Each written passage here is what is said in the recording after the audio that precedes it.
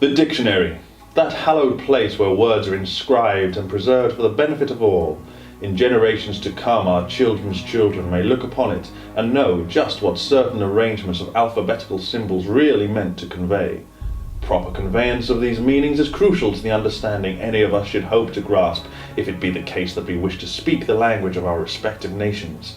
As such, we should be wary of misuse of our carefully constructed vocabulary, which over the eons has both evolved and been designed to allow a simple recognition of what particular trills, grunts, and hisses are intended to communicate to us.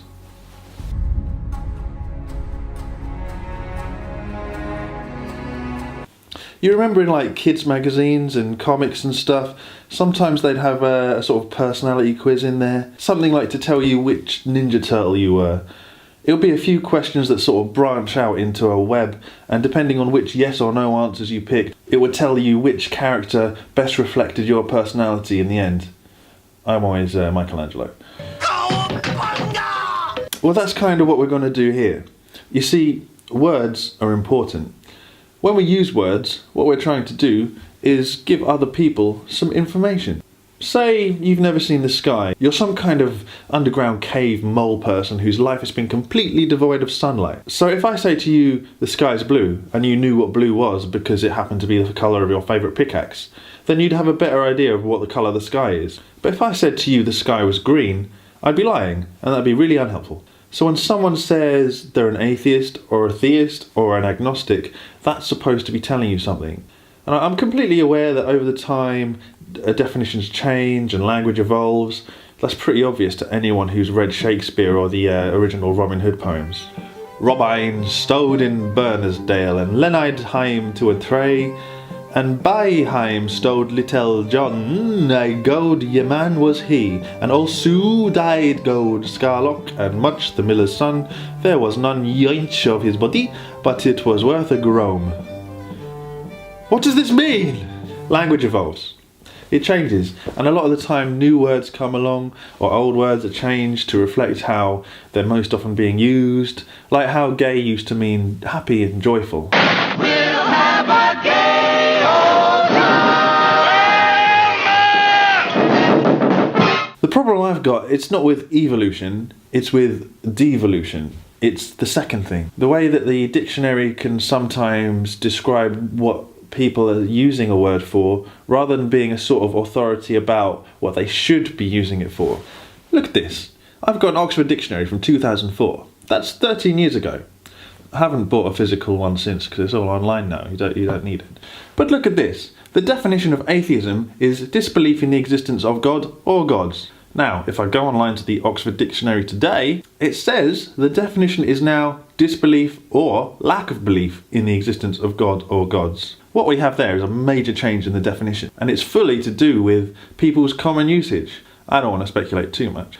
But for whatever reason, people are insisting that lack of belief can be defined by the word atheism. And now here's my problem with it.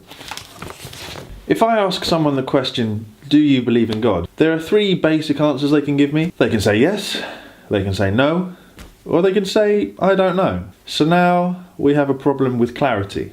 If someone says, I'm an atheist, they're only telling me that their answer to the question, does God exist, is not yes. That still leaves two options. That's not a good answer. That's like, which football team do you support? And they say, not Arsenal.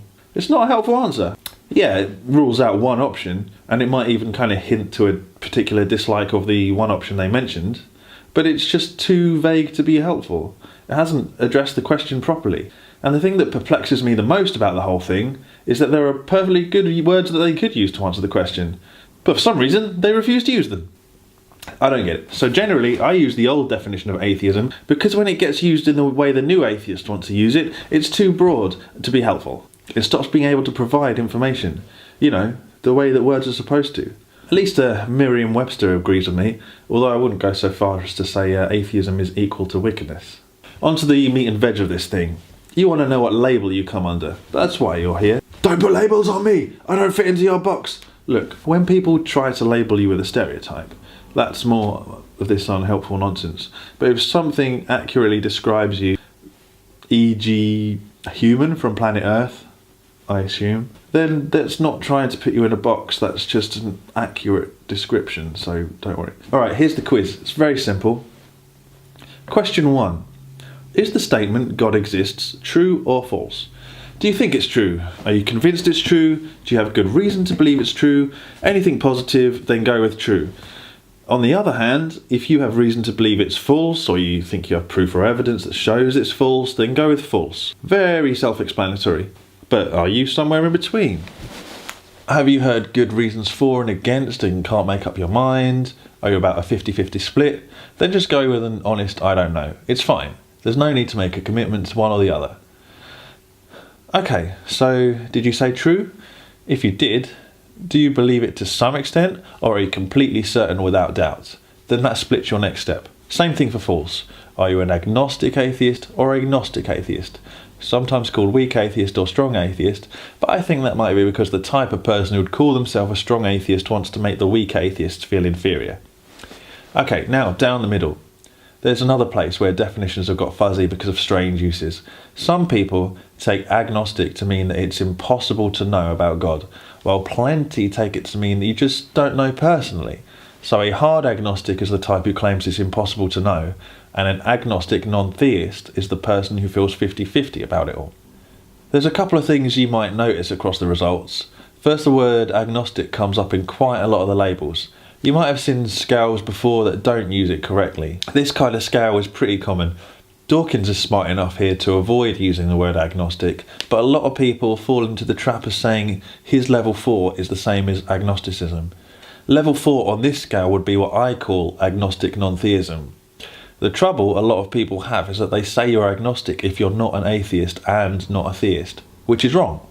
And some people seem to want to put that into Dawkins' mouth, which is unfair.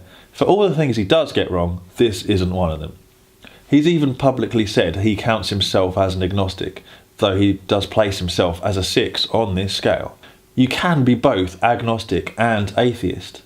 You can even be agnostic and theist. Given the question, does God exist? If you say yes and put yourself on the scale anywhere from 1 to 3, that makes you a theist. If you say no and put yourself anywhere from 5 to 7, that makes you an atheist. If you're a 4, you're something else. The answer is about what you believe. The word agnostic comes from the Greek for without, and knowledge, gnosis. So it means without knowledge. So anyone who is on the scale from 2 to 6 counts as agnostic because they don't have certain knowledge of their claim. So if you simply tell someone that you're an agnostic, it actually isn't giving any info about whether you're a believer or not. It just means you're not entirely sure. Which is why I, and quite a few others, use the word non-theist for someone who is neither an atheist or a theist. Now if we look at this chart again, we can see that I've kind of colour-coded the final answers. The purple agnostic is the not sure stuff, and the light blue is the certain stuff. Light blue is a bit of a mouthful. I'm going to call it periwinkle. Periwinkle is certain knowledge, which makes hard agnosticism a bit strange, as it's someone who is certain that nobody can be certain. That could be one of those self-contradictory belief systems we want to avoid. We have green for a claim for the truth of God's existence, and red for a claim against God's existence. Purple green or purple red is a weaker claim than periwinkle green or periwinkle red. You want more evidence to back up your claim if you go from purple to periwinkle. Then there's the navy of non-theism. The navy of non-theism makes no claims. It has nothing to defend. It sits in wait until the day it is finally convinced to join a side. Until that day, its mighty force remains neutral and oftentimes can even take the role of peacekeeper. I don't remember these things in the comics coming with such long explanations about how they work. They pretty much explain themselves. It's basically down to this strange insistence that a lot of people have to define atheism as a lack of belief. You can tell that these people are basing their atheism on unfounded assumptions. They see a lack of belief in God as the basic